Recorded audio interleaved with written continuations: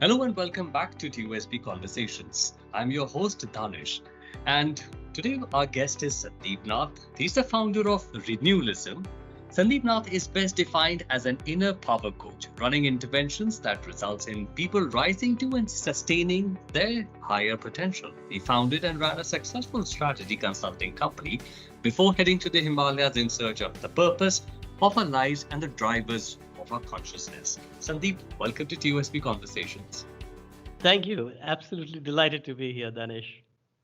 Sandeep, in our previous episode, we had talked about the entire frog story, the smile, the car engine analogy. You gave us a lot of feedback and the kind of things which we do and we should do, often. But today, our podcast is about organizational renewal through the three Ps. And let me tell all our listeners, it's called People, Process, and Purpose. So Sandeep has written a book. It's on the concept of renewalism, and which seeks to uplift the human consciousness at multiple levels. Right? It's the body, mind, spirit, society, environment, and the systems. Sandeep, my question to you: how does the concept of renewalism fit in a corporate structure? Thank you. Thank you also, Danish, for reminding viewers about the previous podcast we recorded because we talked about the PPP there in the context of organizations aligning people as the body of their organizations, processes as the minds of their organizations, and purpose as the driving spirit of organizations. And Renewal is the book I wrote. Renewalism is a movement that we are taking across to homogeneous mixes of teams working at companies to see how through renewal habits we can bring down the absence and sickness parameters less than 50 to 60%, and we can bring up productivity, engagement, and parameters to do with the personal performance by as much as 80%. So we are in the process of applying renewalism concepts to organizations, and we're doing it at three levels. One is the self. So self-renewal is bringing this PPP, people, purpose, and process, into alignment and aligning it with customer centricity. Because ultimately, any organization exists for one reason and one reason alone, and that is the customer. So if these three Ps are not aligning with the customer, we are going to be stressing our organizations. We're going to have a difficult time to just move forward. The second is the symbiotic renewal, which is renewal of teams, how we work with each other, the groups, and how they align with purpose and with the purpose of the environment, with the purpose of the company. What is the footprint of the company? What is the impact that it's making outside of just its immediate stakeholders? And the third level of renewal, as documented in the book, is systemic renewal.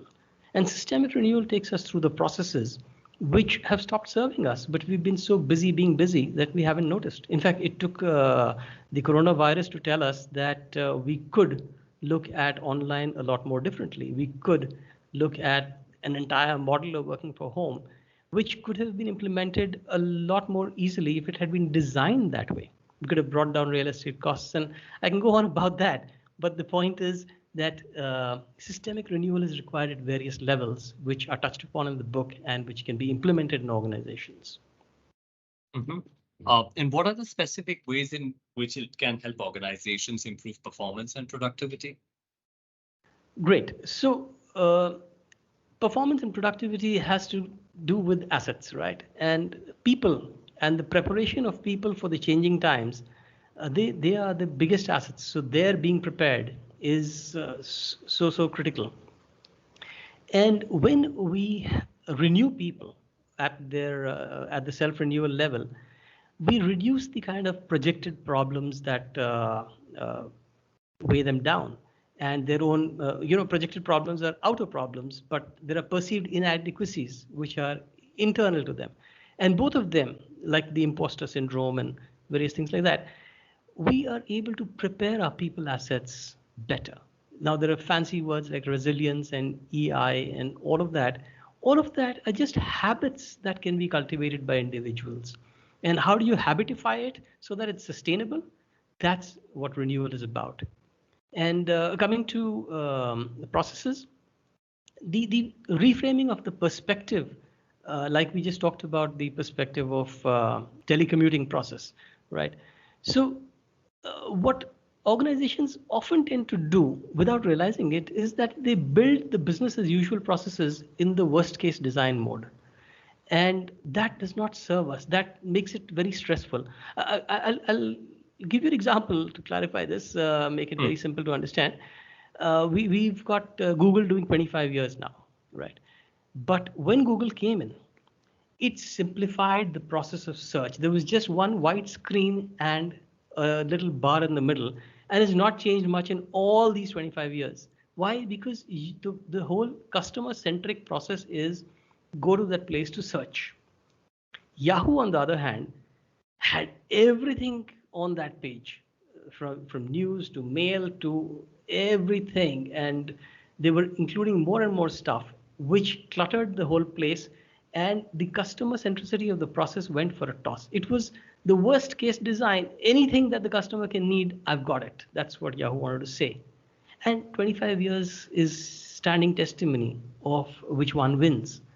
So making processes that are reframing processes rather that are with the right perspective. And the third level of purpose, you've got to drill purpose down to every key result area.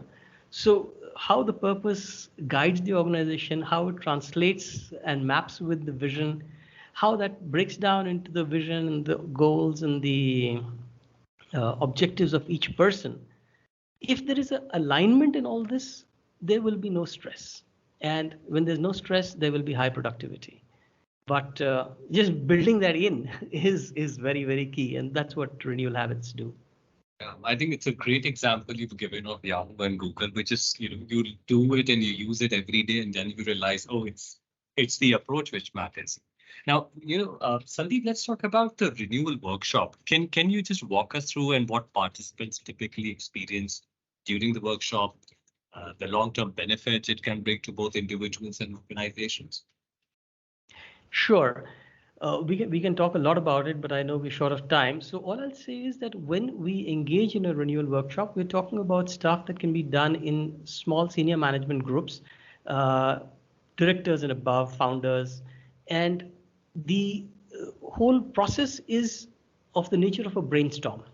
But first, we need to understand that how would a CEO or a board member be able to tell that there is a need for the 3Ps workshop? How does it become self-evident? So I'm going to give listeners 2 questions that are going to, they can try out right now. By the end of the day, they will know. Just ask a random sample of 15 to 20 people as you walk down the corridors. Why do you work here? Why do you work here? Simple question, 5 words. Why do you work here? And if you get an alignment in the replies, you know that they work either with the purpose or against the purpose or completely tangential to the purpose of the organization. The second is, which process holds you back? Again, a small 5-word question, but if you can understand which process is holding people back, we know whether people are catering to the internal customer or the external customer, or just following a process because it's been labeled as a process and it's got to be done, and it's been done for the last 20 years, so why change it? Renewal is about bringing that change. Renewal is about re-inspecting what is happening at the people purpose process level, and it all starts with people. So ask 20 people this question, these 2 questions, and you'll know why you must sit with us and brainstorm. That's a good hack which can be implemented anytime.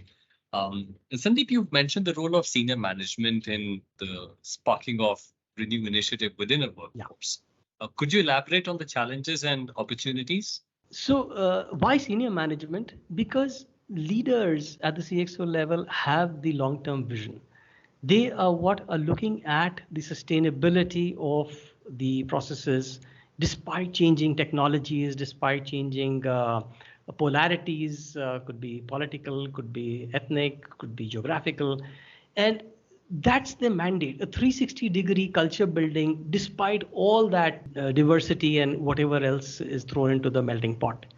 So if leaders, if we start there, it's very powerful, because if we start with the learning and development of the HR teams, it's great. We have renewal clubs and we have renewal talks, which is on my website at sandeepnath.com. But what happens is that those become checkbox items. And even in schools, for example, we can talk about management of schools. What's important is that unless this is sustained and the renewal habits are given the space to build in the test group for about 6 months to a year, we don't have the kind of results that we were talking about earlier. And once we do have those results, we don't have a reason why we don't have to bring it into the culture, because why shouldn't culturally the productivity and performance of people go up, the engagement go up? Why shouldn't absenteeism and sickness come down to single digits? That's what's important. So what's important is that we've got to sharpen the axe, for which we've got to take that little time. Like in the previous podcast, you're talking about the smile. It takes 30 seconds or maybe a minute to do that meditation and the little exercise and hydrate yourself. But the rest of the 59 minutes count for 79. You increase productivity by 1/3 right there. Do it and see. And the same thing here. By doing this on a sustainable basis and not just as a checkbox item, we are going to infuse a culture which is completely different. And that's what senior management really wants, don't they? Absolutely. Sandeep, thank you very much for taking out the time and explaining about the workshop on renewalism.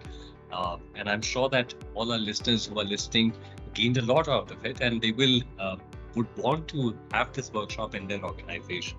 So thank you very much again for taking out the time and being part of the TOSP conversations. Absolute pleasure. Thank you.